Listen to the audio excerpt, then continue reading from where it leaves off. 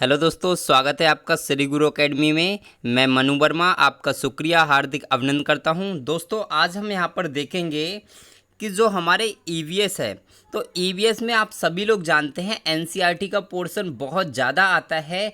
तो class 1 to 5 के लिए टोटल एनसीईआरटी के क्वेश्चंस मैं आपके लिए लेकर आया हूं, फुल विश्लेषण के साथ। आपको उसमें चित्र भी दिखाऊंगा, पूरा आपके माइंड में सेट करूंगा, इतनी गारंटी है। लेकिन आपको क्या करना है, वीडियो को बिना स्किप किए हुए देखना है। तो चलिए स्टार्ट करते हैं आज का पहला क्वेश्चन। और दोस्तों, चैनल पे पहली बार वीडियो देख रहे हैं तो चैनल को सब्सक्राइब कर लीजिए और ये घंटी वाले बटन को दबा दीजिए। चलते हैं आज के पहले क्वेश्चन पर। जी हाँ, पहला क्वेश्चन है, केरल में जमीन के नीचे क्या उगाया जाता है? हाँ गाइस, तो बताइए दोस्तों, केरल में ज़मीन के नीचे क्या उगाया जाता है? काली मिर्च, साबूदाना, टैपियोका या फिर अदरक? बताइए दोस्तों, इस प्रश्न का उत्तर क्या हो सकता है कि केरल में ज़मीन के नीचे क्या उगाया जाता है? जल्दी से कमेंट कीजिएगा, केरल में ज़मीन के नीचे क्या उगाया जाता है? तो यहाँ पर गाइस, अगर हम बात करते हैं इस प्रश्न की, तो ध्यान रखिए, केरल में ज़मीन के नीचे टैपियोका उगाया जाता है। Option number C is the right answer. Kerala में ज़मीन के नीचे टैपियोका को उगाया जाता है। और टैपियोका क्या होता है, तो मैं आपके लिए बताना चाहूँगा। जो टैपियोका होता है वो एक प्रोटीन, वसा, विटामिन, इन सभी का, और आपका कार्बोहाइड्रेट, इन सभी का बहुत अच्छा सॉल्यूशन है दोस्तों। एक ऐसी डिश है, आप इसको देख सकते हैं, यहाँ पर मैंने इसको लिया हुआ है, इसको यहाँ पे आप देख सकते हैं, ये चित्र है आपका। और आप यहाँ से पर ये भी चीज़ याद रखिए, एक क्वेश्चन आपका ये भी आता है कि साबूदाना किससे बनाया जाता है? तो आपको याद रखना है, साबूदाना टैपियोका से बनाया जाता है। जी हाँ। और दोस्तों, आपका टैपियोका अलग होता है और एक आपने देखा होगा शकरकंद, वो अलग होता है। सेम इसी तरीके का होता है, लेकिन दोनों चीज़ें एकदम से अलग अलग हैं दोस्तों। तो याद रखना है, इस प्रश्न के लिए बहुत ही इंपॉर्टेंट है, एकदम से फुल विश्लेषण के साथ। चलते हैं अगले क्वेश्चन पर। हमारा अगला क्वेश्चन है, किस राज्य में घर बारिश के चलते जमीन से 10 से 12 फुट ऊपर बनाए जाते हैं? बहुत ही इंपॉर्टेंट क्वेश्चन दोस्तों, बताइए ऐसा कौन सा राज्य है जिसमें घर जो हैं बारिश बहुत ज़्यादा होती है, इसीलिए क्या होता है, घर ऊंचे बनाए जाते हैं 10 से 12 फुट ऊंची ज़मीन से। ठीक है, केरल में, आंध्र प्रदेश में, असम में, त्रिपुरा में? कमेंट कीजिए इस प्रश्न का उत्तर। सभी दोस्तों कमेंट कीजिएगा। जी हाँ, कुछ लोग कमेंट नहीं करते दोस्तों, देखिए कमेंट जरूर करना है, ठीक है, क्योंकि कमेंट करने से क्या होता है, आप चीज़ों को रिकॉल करते हैं, बार बार अपने माइंड में बार बार बोलते हैं, ठीक है, उससे क्या होता है, प्रश्न आपका याद हो जाता है बहुत अच्छे से। तो बताना है इस प्रश्न का उत्तर क्या होगा, तो ध्यान रखिए गाइज, इस प्रश्न का उत्तर होगा असम। असम में दोस्तों आपके जो घर होते हैं वो 10 से 12 फुट ऊंचाई पर बनाए जाते हैं, तो आपको ये याद रखना है। और दोस्तों चलते हैं अगले क्वेश्चन पर, लेकिन अगले क्वेश्चन चलने से पहले देख लेते हैं इसके लिए।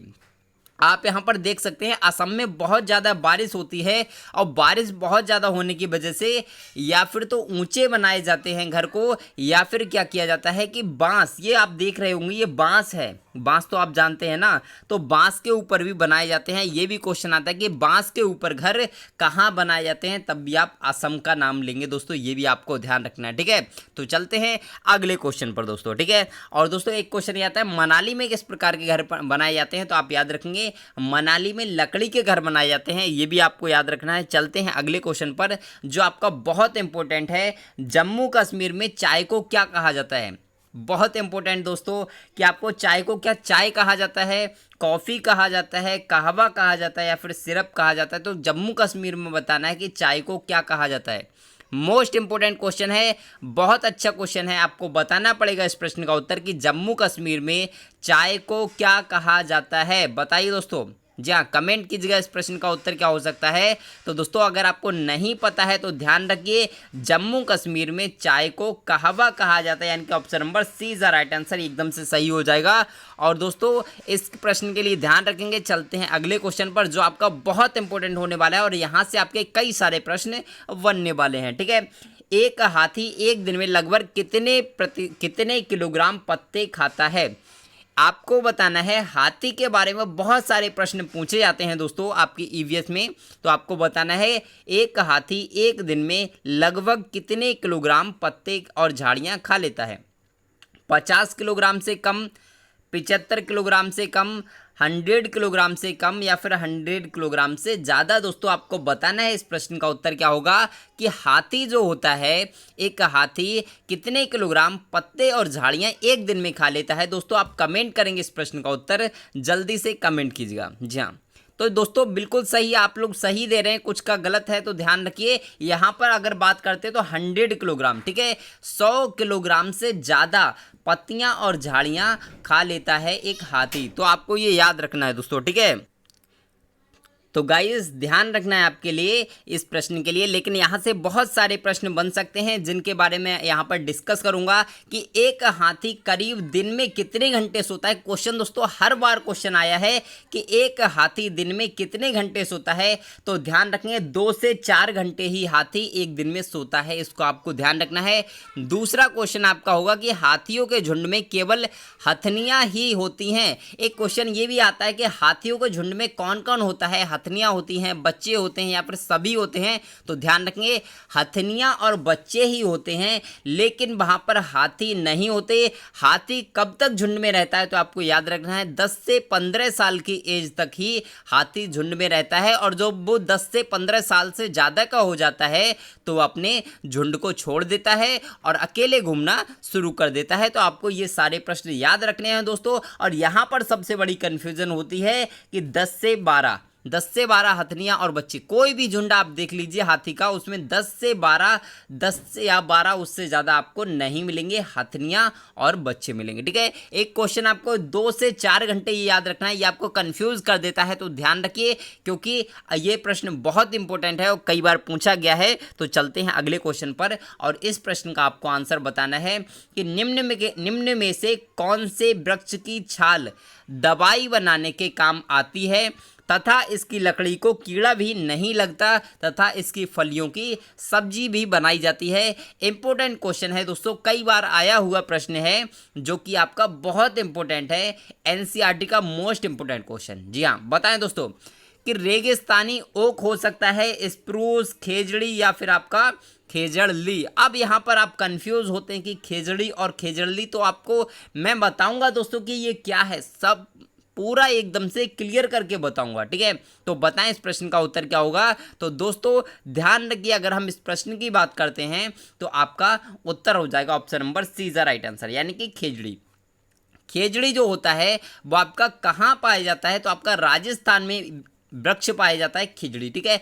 खेजड़ली क्या है, तो खेजड़ली एक गांव था दोस्तों, जहां पर आपने सुना होगा अमृता देवी बिश्नोई का नाम सुना होगा। वहाँ पर क्या हुआ था, एक राजा थे जिन्होंने आदेश दिया था उस गांव में जो खेजड़ी के वृक्ष थे उनको काटने का। तो क्या हुआ, जब वहाँ काटने का आदेश दिया गया तो वहाँ के लोगों के लिए वो वरदान सिद्ध होते थे खेजड़ी के वृक्ष। क्यों, क्योंकि वहाँ पर पानी की बहुत ज़्यादा कमी होती है। आप सभी लोग जानते हैं रेगिस्तानी इलाके में पानी की कमी होती है, और आपका खेजड़ी नामक वृक्ष जो होता है वो बिना पानी के भी बहुत अच्छी ग्रोथ करता है, और उसके द्वारा आपको बहुत सारी चीज़ें प्राप्त होती हैं। छाल जो है दवा बनाने काम आती है, उसकी फलियों को खाया जाता है, लकड़ी बहुत इंपॉर्टेंट होती है जिसमें कीड़ा भी नहीं लगता। दूसरी चीज़ उसकी छाँव भी बहुत अच्छी होती है। और आप सभी लोग जानते हैं जब रेगिस्तान में हम जाते हैं तो वहाँ पर एक ऐसी कंडीशन हो जाती है कि छाँव बहुत इंपॉर्टेंट होती है, छाँव का नाम नहीं होता। तो इसीलिए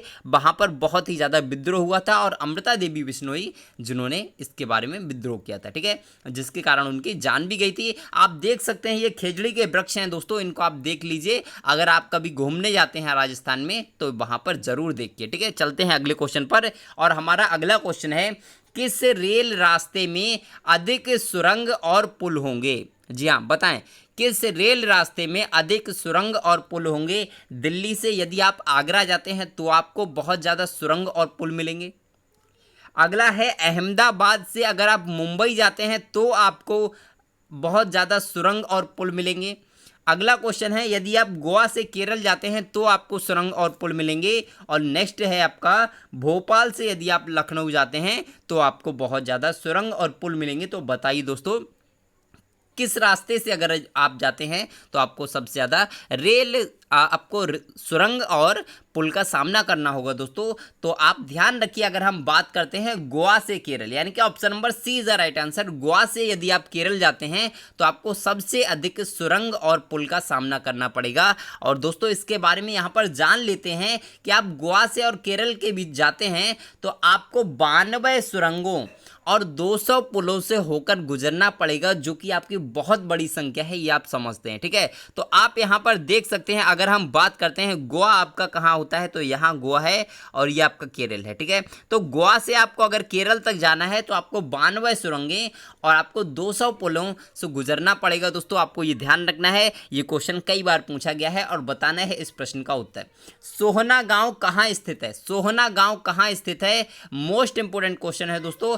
बताइए इस प्रश्न का उत्तर क्या हो सकता है? क्या कश्मीर, मेघालय, हरियाणा या फिर सिक्किम? तो बताइए दोस्तों, सोहना गांव कहाँ स्थित है? सोहना गांव कहाँ स्थित है दोस्तों? कमेंट करें इस प्रश्न का उत्तर क्या हो सकता है। ये आपका एनसीईआरटी में कई बार क्वेश्चन पूछा गया है एनसीईआरटी के अकॉर्डिंग। ठीक है, तो बताइए दोस्तों इस प्रश्न का उत्तर क्या हो सकता है। तो ध्यान रखिए दोस्तों, यदि आपको नहीं पता ये वाला प्रश्न तो ध्यान रखिए, सोहना गांव आपका हरियाणा में स्थित है। ठीक है, कहाँ स्थित है? हरियाणा में स्थित है। ये क्यों प्रसिद्ध है जानेंगे इसके बारे में विस्तृत तरीके से। ये जो आपका है पर्यटन के लिए बहुत प्रसिद्ध है दोस्तों। थोड़ा सा विस्तृत तरीके से जान लेते हैं कि आपका ये दिल्ली से 64 किलोमीटर की दूरी पर स्थित सोहना जो है भारत के हरियाणा राज्य का एक खूबसूरत प्राचीन शहर है, जो ऐतिहासिक, सांस्कृतिक और प्राकृतिक रूप से काफ़ी मायने रखता है। ठीक है, इंपॉर्टेंट पॉइंट ये है, पूछने लायक क्वेश्चन ये हो सकता है कि सोहना गांव कहाँ स्थित है। तो आपको मैंने बता दिया हरियाणा। अगर हरियाणा नहीं दिया है ऑप्शन में तो आप गुड़गांव लगा सकते हैं। ठीक है, जी हाँ, गुड़गांव लगा सकते हैं। यहाँ पर अगली बात करते हैं कि यहाँ पर कौन सा वार्षिक फेस्टिवल मनाया जाता है। तो आप याद रखें, विंटेज कार फेस्टिवल मनाया जाता है, ये भी आपको ध्यान रखना है, ये बहुत ही इंपॉर्टेंट है। ठीक है, चलते हैं अगले क्वेश्चन पर। हमारा अगला क्वेश्चन है, कलचड़ी अपना घोंसला कहाँ बनाती है? देखिए, कलचड़ी एक पक्षी है, ये अपना घोंसला कहाँ बनाती है? पत्थरों के बीच में, कैक्टस के कांटों के बीच में, या फिर आईने के पीछे, या फिर पेड़ के तने में। तो बताइए कलचड़ी जो है वो आपका घोंसला कहाँ बनाती है? जी हाँ, कमेंट करें दोस्तों इस प्रश्न का क्या उत्तर हो जाएगा कि कलचड़ी अपना घोंसला कहाँ बनाती है। दोस्तों कमेंट कीजिएगा इस प्रश्न का उत्तर क्या होगा। जी हाँ गाइज, कमेंट कीजिएगा। तो गाइज अगर हम इस प्रश्न की बात करते हैं तो ध्यान रखिए, कलचड़ी अपना जो घोंसला बनाती है वो कहाँ बनाती है? तो पत्थरों के बीच में बनाती है। कहाँ? पत्थरों के बीच में बनाती है। Option number first is a right answer. आपको ये प्रश्न याद रखना है दोस्तों। और दोस्तों अगर हम बात करते हैं कैक्टस के बीच में कौन घोंसला बनाता है, तो आपको याद रखना पाखता आपका कैक्टस के बीच में। कैक्टस जो होता है ना उसमें कांटे होते हैं बहुत ज़्यादा, और कैक्टस के कांटों के बीच में या फिर मेहंदी की मेड़ में कौन बनाता है? तो आप पाखता बताएंगे। आईने के पीछे कौन बनाता है? तो आप ध्यान रखें कबूतर और गौरैया। कबूतर और गौरैया दोनों आपका आईने के पीछे बनाते हैं।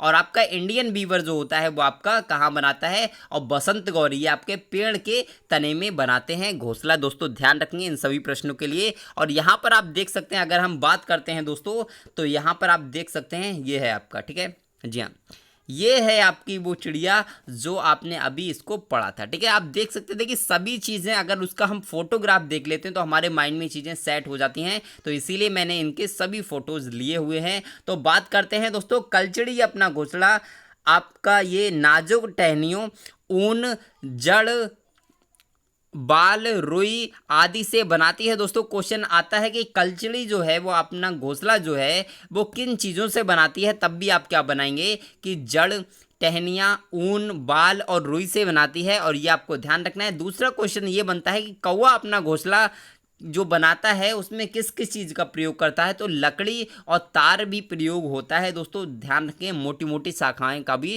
प्रयोग किया जाता है। ठीक है, और ध्यान रखें जो हमारा कौवा होता है वो हमेशा ऊंची डाल पे, पेड़ की ऊंची शाखा पे अपना घोंसला बनाता है, ये भी आपको ध्यान रखना है। और अगर हम बात करते हैं कोयल की, तो कोयल कभी अपना घोंसला बनाती ही नहीं है। क्वेश्चन आया था कि कोयल अपना घोंसला कहाँ बनाती है, तो आप उसमें लगाएंगे कि कोयल अपना घोंसला नहीं बनाती, वह अपने अंडों को कौवे के घोंसले में देती है। ठीक है दोस्तों, चलते हैं अगले क्वेश्चन पर। और हमारा अगला क्वेश्चन है कि निम्न में से कौन पेड़ के तने में छेद करके उसमें अंडे देता है? जी हाँ, बताएं।